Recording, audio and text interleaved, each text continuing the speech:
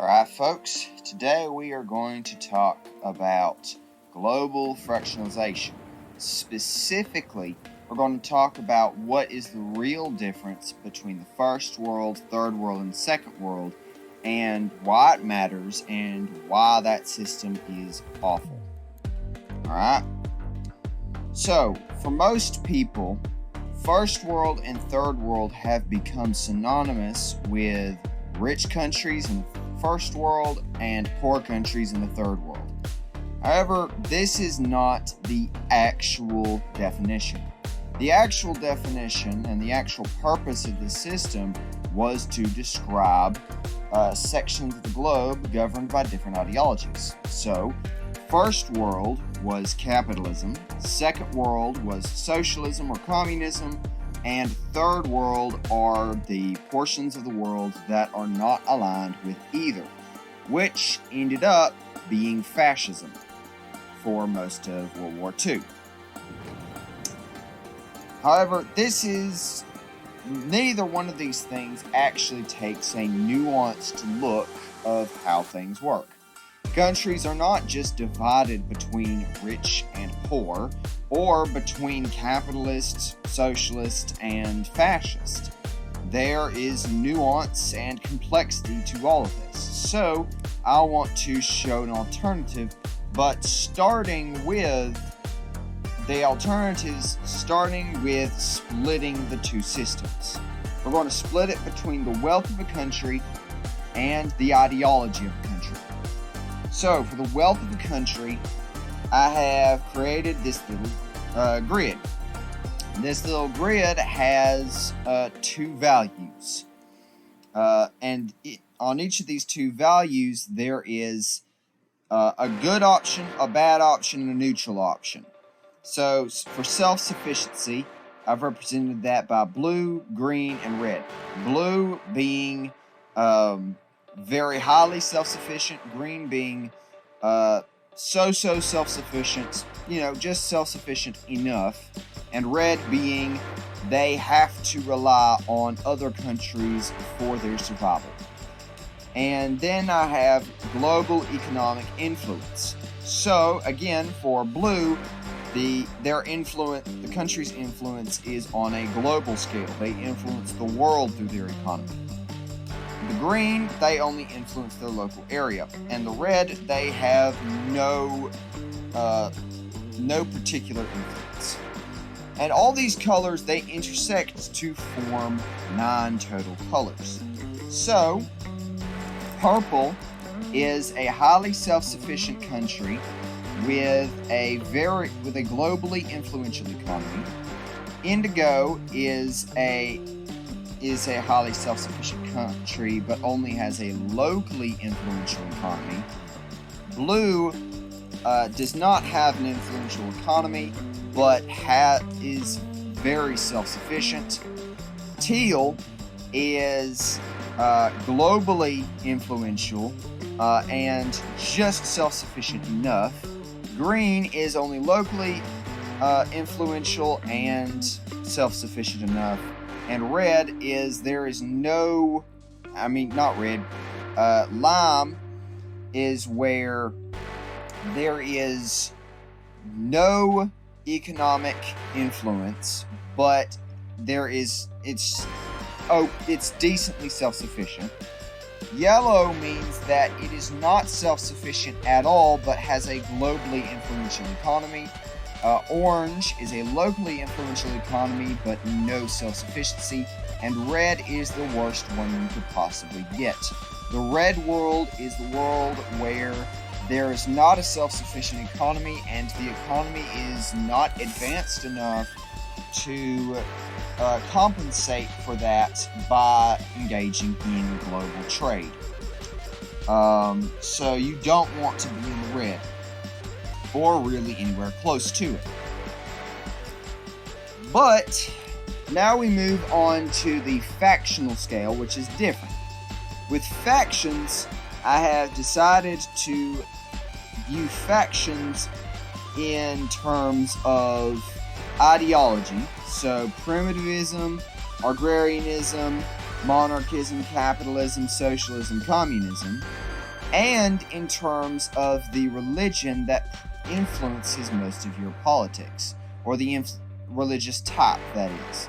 So I've split that in between Abrahamic, Dharmic, Ominist, and New Age, or rather New Era. And yes, atheism is classified under New Era. Alright? So, with that in mind, let's actually take a look at some of these maps. So in terms of the factions, it's pretty self-explanatory. A vast majority of the world is under Abrahamic capitalism, with Cuba being under Abrahamic socialism, and a few areas around Europe and the Middle East being under Abrahamic monarchism. We start to get a little different once we enter into Southeast Asia, however, where most of the British Raj region, along with some of far Southeast Asia and Mongolia, are under Dharmic capitalism, with Laos being under Dharmic socialism. But ultimately, that is pretty much the end of the Dharmic world. However, that's not the end of the New Era world. So, Czechia and Estonia, as well as South Korea, are all under New Era capitalism, whereas China and North Korea are under New Era socialism, and Japan is under New Era monarchism. However, then we have Vietnam, which is under Ominist socialism, and Taiwan, which is under Ominist capitalism. With that, we have basically covered all of the different factions in the world. So now we can just focus on finding the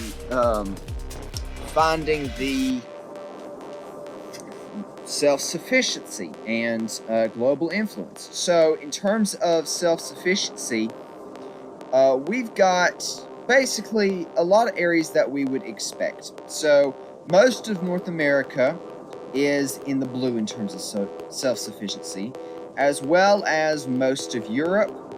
We have China, Japan, Australia, and New Zealand. We also got a few unexpecteds. For example, the United Arab Emirates, Israel, Kazakhstan, Chile, and Uruguay. They are in the blue as well, along with Costa Rica. So those are a lot of unexpected ones. Most of Central and South America are in the green, as well as most of Asia and the rest of Oceania. And surprise, surprise, most of Africa is in the red. They're not very self-sufficient, but there's a decent amount of sprinkling of red in Eurasia. And a few countries here and there in Central and South America. Now we move on to global influence. Turns out that a very decent portion of the world is in the blue here. So they have global influence for their country. Their country would if you were to take away their country, it would actually severely affect the global economy. No surprise here, a decent amount of North America is in the blue. In fact, Mexico actually joins them this time. And a good bit of South America is also in the blue as well.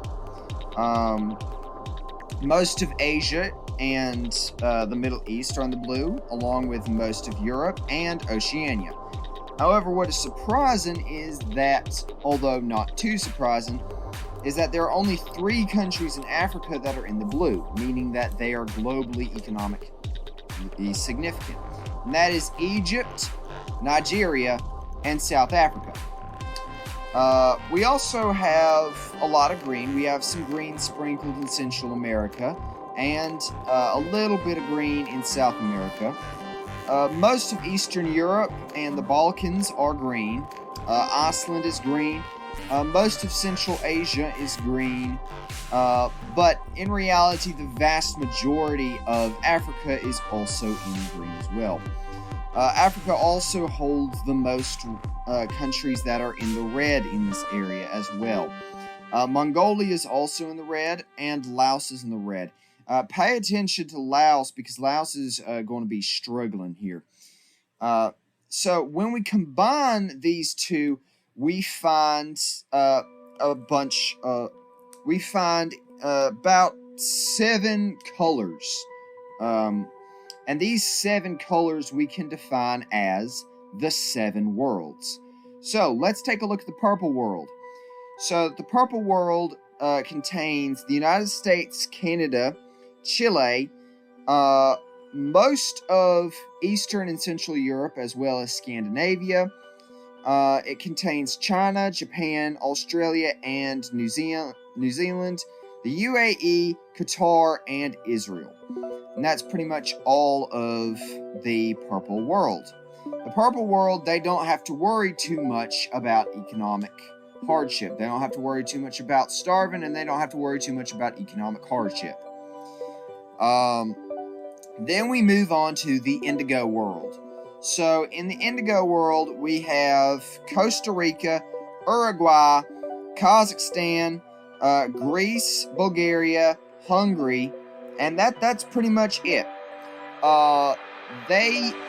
They basically don't have to worry too much about starving because they're very highly self-sufficient, but they only have local influence.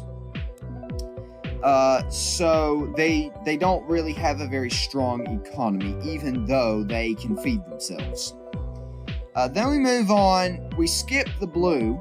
The blue world, as far as we know, does not exist in the modern day. And we move straight to the teal world.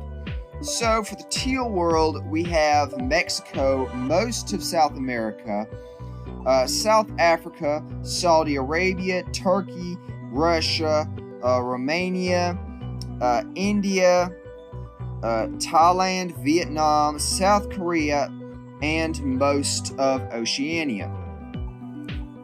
Basically, this means that they are somewhat self-sufficient, but they have global economic influence. So they can rely on their economic trade to substitute their lack of self-sufficiency. Then we move on to the green world. The green world is a little bit interesting. So in the green world, we have the Dominican Republic, most of Central America. We have Ecuador and Bolivia in the green world. But in Africa, we only have 3 countries from the northwest of Africa: Morocco, Algeria, and Tanzania. We also have Serbia and Belarus, Azerbaijan, Oman, Jordan, and that's about it. That's pretty much the entirety of the green world. And the green world, they're not doing great, but they're not doing terrible. They are relatively self-sufficient, and they have local economic influence. So they're not in crisis, but they're also not doing too well either.